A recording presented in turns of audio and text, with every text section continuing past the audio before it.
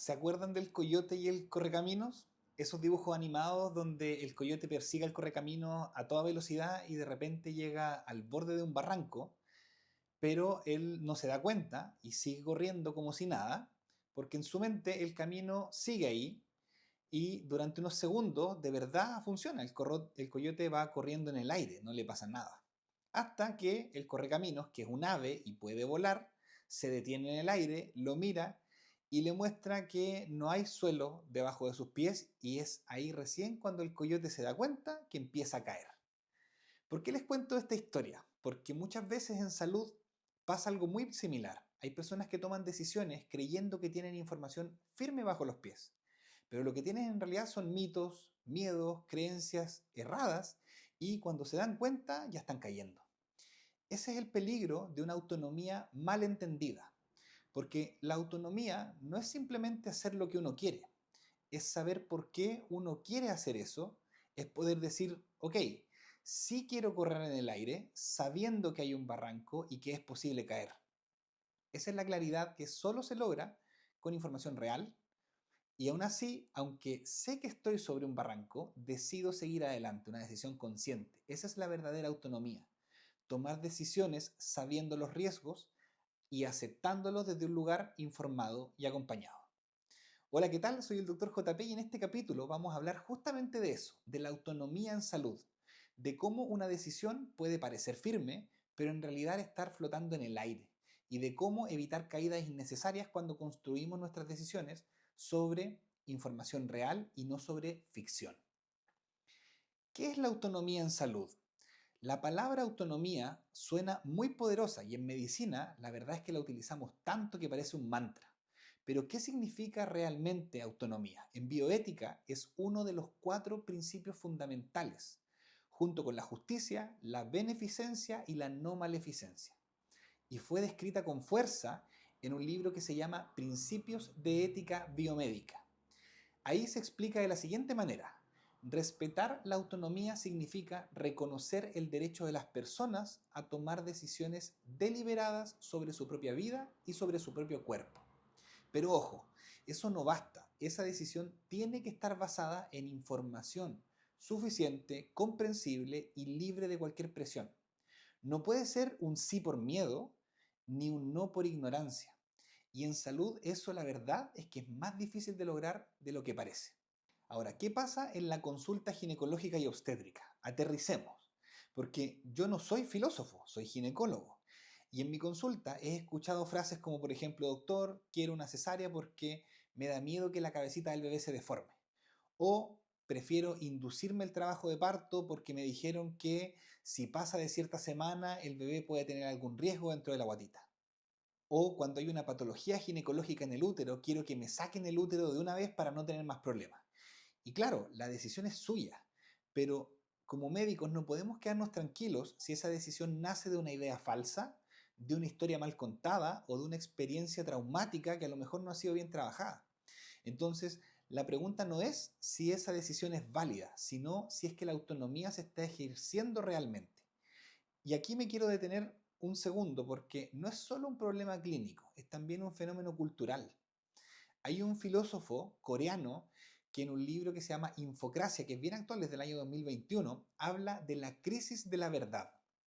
Dice que estamos en una época donde ya no es necesario ocultar las mentiras detrás de la verdad. Basta repetirla muchas veces hasta que la mentira opaque a la realidad. Hoy día la mentira ya no necesita esconderse. Se propaga sin vergüenza, sin intención de convencer, porque la fuerza de la mentira no está en la razón, sino en la repetición. Y eso tristemente lo veo cada día en la consulta, porque hemos naturalizado una cultura donde el embarazo es sinónimo de riesgo y el parto es sinónimo de trauma, como si no pudiera ser vivido de otra forma, como si no mereciera esperanza, calma o incluso a veces placer. Y claro, desde esa cultura del miedo, ¿qué tipo de autonomía pudiéramos ejercer? ¿Qué dice la literatura con respecto a esto? La Organización Mundial de la Salud, en su publicación Garantizar los derechos humanos en la prestación de información y servicios anticonceptivos, que es del año 2014, es muy clara al respecto. El consentimiento informado debe ser claro, voluntario y específico para cada procedimiento. Las personas tienen derecho a decidir sobre su salud reproductiva en base a información comprensible y sin presiones externas. También lo confirma un estudio del año 2014 que se realizó en Sudáfrica, que publica lo siguiente. En muchos casos, las decisiones no se basan en información racional ni en un proceso libre, sino en narrativas de miedo, presión social o falta de alternativas reales. Hay una filósofa argentina, María Jesús Binetti, que publicó un ensayo Ética del acompañamiento el año 2019 y nos regala una frase que siempre recuerdo: la autonomía requiere paradójicamente acompañamiento, porque nadie decide completamente solo. Lo libre no es solitario, es relacional. Y la verdad es que cuando uno piensa en autonomía, suele imaginarse a una persona tomando una decisión en soledad, pero la realidad es que nuestras decisiones más importantes de la vida casi nunca son solitarias. Necesitamos del acompañamiento de quienes nos entregan la información adecuada y también de quienes nos sostienen emocionalmente cuando enfrentamos estas decisiones. La autonomía no es sinónimo de independencia absoluta. La autonomía verdadera se construye con otros. Finalmente, quiero compartir uno de los argumentos más frecuentes por los que muchas mujeres solicitan una cesárea. Doctor, yo quiero una cesárea porque conozco a alguien que pasó por una situación terrible en su parto. Y ahí te cuentan el relato. La dejaron sola, le gritaron, no respetaron su plan de parto, no entendió lo que estaba ocurriendo, sintió que la violentaron y después de eso no quiere correr riesgos. Y claro, es una decisión que tiene una lógica emocional poderosísima, pero muchas veces cuando la desmenuzamos con tiempo, con información, con cariño, lo que aparece no es un deseo real de una cesárea, sino un miedo profundo a vivir una experiencia tan terrible como la que escuchó, a ese temor a que nadie la acompañe en una difícil experiencia. Con el tiempo he ido entendiendo que la clave está en conversar, escuchar, informar y tomarse el tiempo necesario. No se puede ejercer la autonomía con 5 minutos de conversación. No se debe aceptar una declaración de autonomía sin explorar qué hay detrás, porque a veces el verdadero acto de respeto no es decir usted decide, sino preguntar: ¿de verdad tienes toda la información para decidir? ¿Cómo te puedo acompañar mejor en esta decisión?